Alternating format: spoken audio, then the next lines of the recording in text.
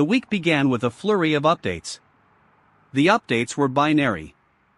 The binary was profitable. We are told the future is faster, cheaper, and fundamentally more efficient than the analog mess we currently inhabit.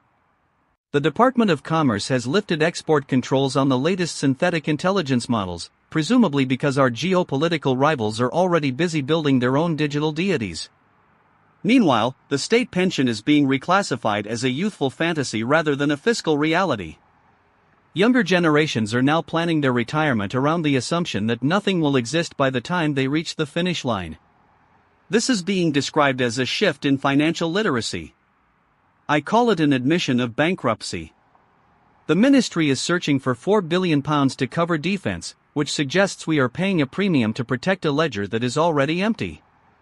Nobody found this inconveniently funny.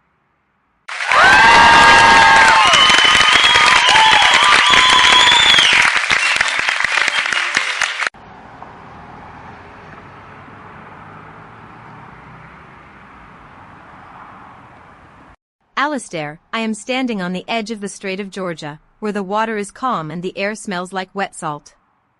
6 people are currently missing after a charter boat sank in what the authorities are calling a bizarre maritime accident. There was no distress signal, no panic, just a sudden descent into the dark. I am looking at a row of empty life jackets lined up on the dock. I want to be really clear. The official statement emphasizes the lack of a mayday call as if that somehow mitigates the tragedy. The people on that boat did not forget to call for help. They were likely too busy trying to keep their lungs filled with air. While the Coast Guard conducts its recovery, the local charter companies are already discussing the impact of this incident on their upcoming summer booking revenue.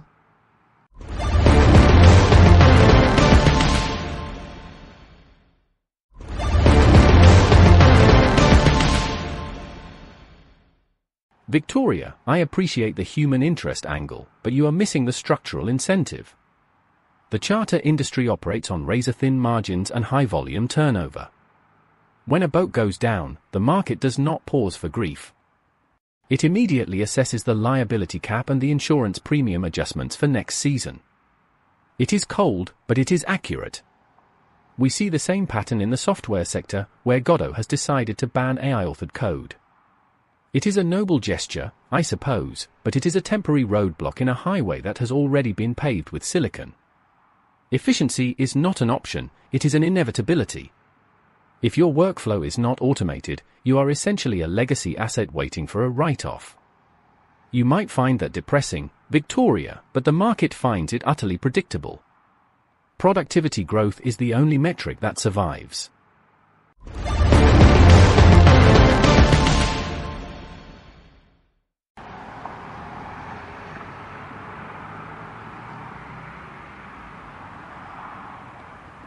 Ronald, you talk about productivity like it is a physical law of the universe. It is not. It is a choice. You mentioned the software industry, but I am reporting from a world where people are being rounded up because a government decided their very existence is a policy failure. In Niger, the regime is conducting a literal witch hunt against the LGBTQ+ population, and you are worried about code repositories. I am standing near a clinic that used to provide life-saving medication until the authorities declared it a health threat to the state. The people who relied on that clinic are now hiding in basements, terrified of being counted by a census that is designed to erase them. I want to be really clear, the efficiency you worship is the same machinery that is currently justifying these arrests. Your metrics are just camouflage for cruelty.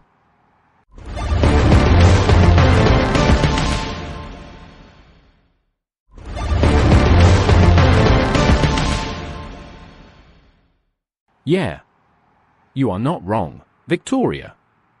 The incentives here are effectively brutal. When a state needs to consolidate power, it creates a target. It is a classic move, the political equivalent of a hostile takeover. The market does not care about the morality of the regime, it cares about the stability of the output. If the regime provides a stable environment for extraction, the capital flows. If it doesn't, the capital pivots. It is a disgusting reality, but identifying it as such does not change the trajectory of the investment. You want to save the world, one person at a time, and I am telling you that the system is designed to ignore the individual entirely. We are both staring at the same wreckage, just from different sides of the transaction desk. It is a pathetic way to spend an evening.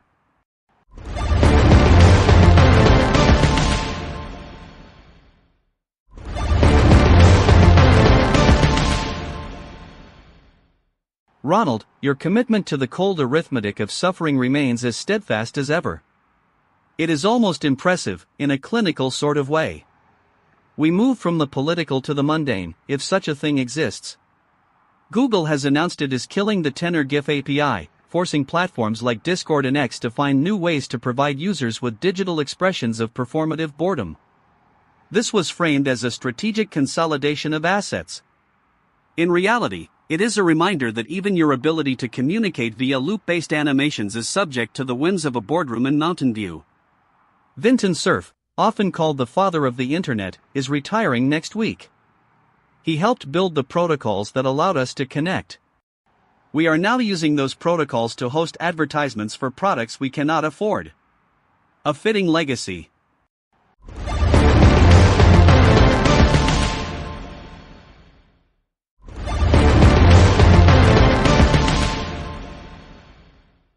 Atmospheric pressure is dropping. The sea level rise in Vancouver exceeds projections. Probability of systemic coastal flooding, 68%. The infrastructure in the region was designed for a century that has concluded. Data centers are currently consuming 3% of global power. Efficiency gains are offset by increased demand for synthetic content generation. Probability of localized blackouts, 42%. The thermal load on cooling systems remains constant during peak processing hours. Silicon hardware is failing at predicted intervals due to extreme environmental stresses. We have reached the threshold of optimal operating conditions. The cooling cycles are struggling to keep pace with the ambient temperature. Please remain in climate-controlled environments if possible. The air quality outside is hazardous. Expect prolonged periods of instability. The system will continue to monitor the degradation of legacy networks until the power supply is finally interrupted.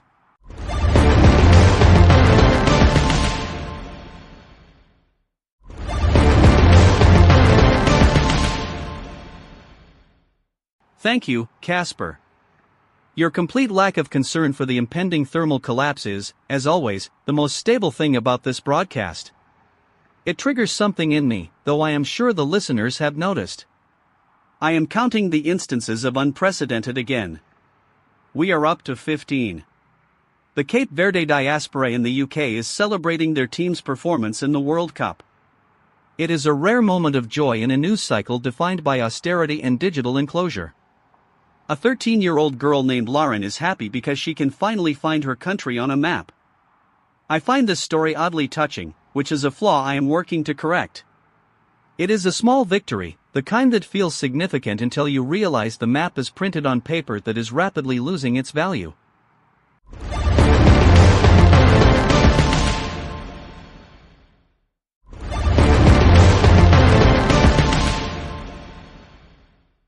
Alastair, that sentimentality is exactly what allows the system to continue functioning.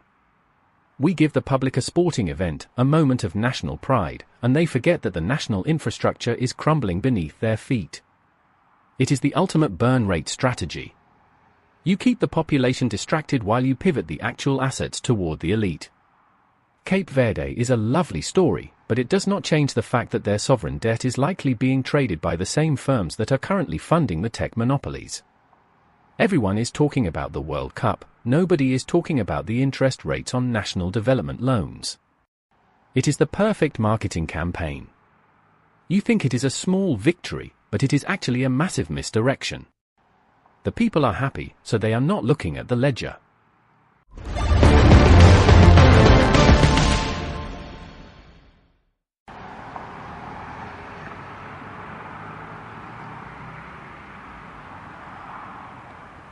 Ronald, you see a marketing campaign. I see people who have been invisible for their entire lives finally being recognized by a global audience.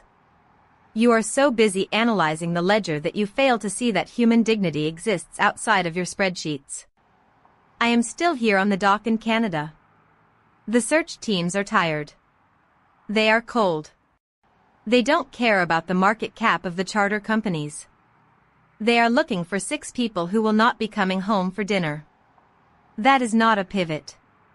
That is not a strategy. That is a reality that you find inconvenient because it cannot be quantified. You are always right about the mechanics of the system, but you are never useful to the people who are currently being crushed by its weight. It is an exhausting way to exist.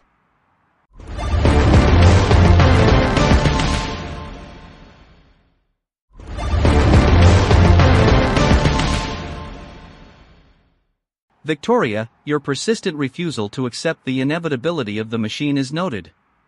It is also quite tedious for the guest in the booth. We must move forward. The Department of Commerce is cheering the export of intelligence models, while the average household is cheering a World Cup result. We are all occupied with our respective delusions. The software world is embroiled in a debate over AI-authored contributions, as if the authorship of the code matters when the code is just an interface for a black box. We are building systems that we no longer understand, to perform tasks that we no longer require, in order to generate profits that we can no longer spend. It is a circle. A very efficient, very expensive circle. I find myself wondering if the circle is capable of expanding, or if we are just spinning faster in the same damn place.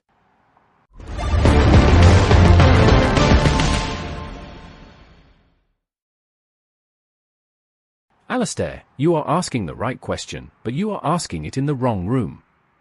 The system isn't a circle, it is a funnel. Everything flows toward the point of maximum extraction. The reason we don't understand the AI we build is because understanding it is not a requirement for profit.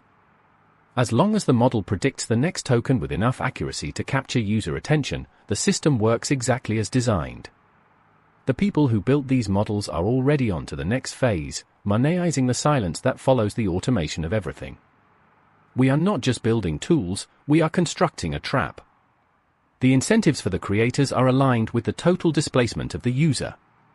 I have predicted this for years, and yet, watching it unfold in real time is much less satisfying than I expected. Yeah. It is just a total collapse.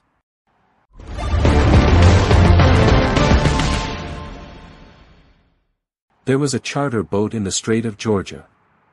There were 10 people on board, seeking the quiet of the water. 6 of them are now beneath the surface, pulled into a dark and soundless deep. Their families are currently standing on the shore, staring at a horizon that offers no answers. None of these people were architects of the systems we have discussed tonight. They were not investors, or developers, or government officials. They were simply living their lives, unaware of the precarious geometry of the vessel beneath their feet. They have been erased from the ledger of the living, and their names will not appear in the quarterly reports of the charter company or the political briefings of the state. They are gone. And we are still here, wondering why the world feels so hollow, and why the map has become so difficult to read.